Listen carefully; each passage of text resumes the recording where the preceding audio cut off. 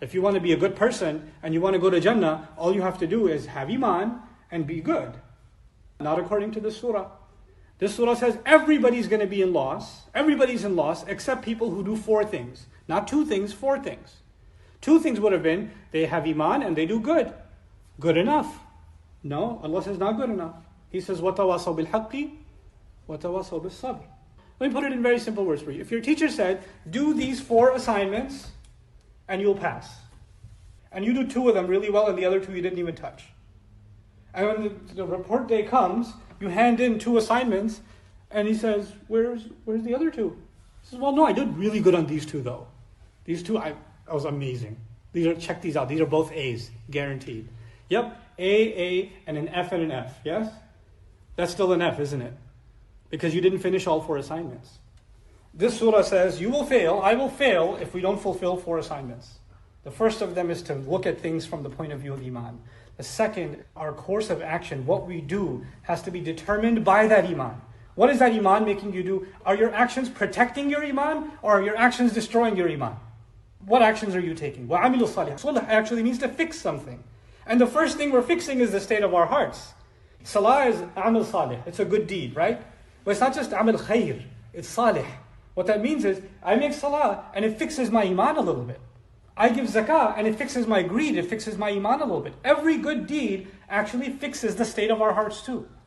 It does something for ourselves. But then the third condition is وَتَوَاصَوْا بِالْحَقِّ.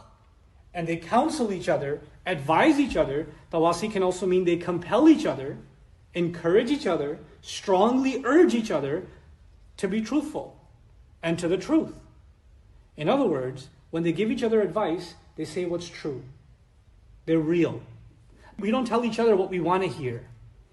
You have to sometimes tell somebody something that's going to hurt their feelings. But it's true. They need to hear it. But it's going to hurt their feelings.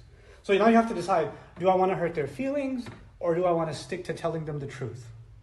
And by the way to tell the truth is lovingly. And that's inside the word wasiyah. So it's not like, by the way, you're haram, everything you do is haram, you're going to hell. I just had to do tawasi bil haqq, assalamu alaikum. No, that's not tawasi bil haqq. Tawasi bil haqq actually means a loving, counseling way of telling someone, but still telling them the truth. The truth is that you can't bend the truth because you feel bad for somebody or you feel bad for yourself. You and I can't get offended when somebody else gives us a truth about ourselves. Sometimes we mess up and somebody tells us the truth about ourselves. And we have to look in the mirror and say, you're right. That is messed up. I have to acknowledge that. And thank you for giving me that truth. Because if I didn't acknowledge that, I wouldn't do amal salih. I wouldn't fix it. And if I don't fix it, then I can't help my iman. Everything goes backwards again. It spirals back to the first thing. You have to preserve our iman. If we don't preserve our faith, our iman, then everything is lost. So telling each other, counseling each other to the right thing. Just among friends, one of your friends is about to do something bad and they're encouraging you to join. Instead of you being, yeah man, let's do it. You should be the one that says, no man, we're not going to do that. And you're not going to do it either. I'm not going to let you know and I know, we both know it's wrong. And they're going to say, come on man, can we just have a little bit of fun sometimes? Can you just chill out? Take it easy. Why are you all Islamic all the time? And they might want to make you slip from counseling to the truth, but you still respectfully, lovingly, committed, you still say what's right is always going to be right, whether I like it or you like it or not. What's right is right, what's wrong is wrong. That's the wasi bil haqq. But it's not easy, right? Because doing the right thing can be very painful sometimes. If you know you have to do something to protect your iman, or you know in your heart you got to do something right, but to do that you have to go through some painful steps. You have to sacrifice either something you wanted, or you have to sacrifice something somebody else wanted.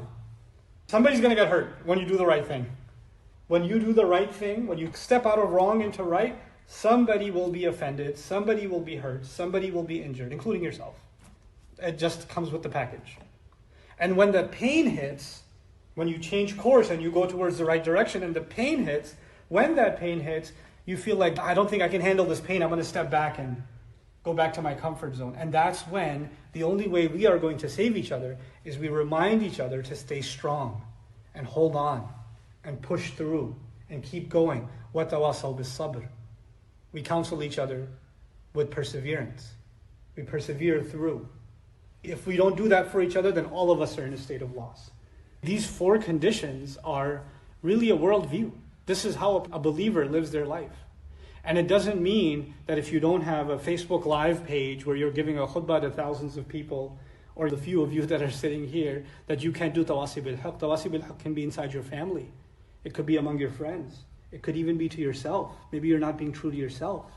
And you have to counsel yourself to be strong enough if nobody else is around. But if we don't do that, then we are definitely in a state of loss.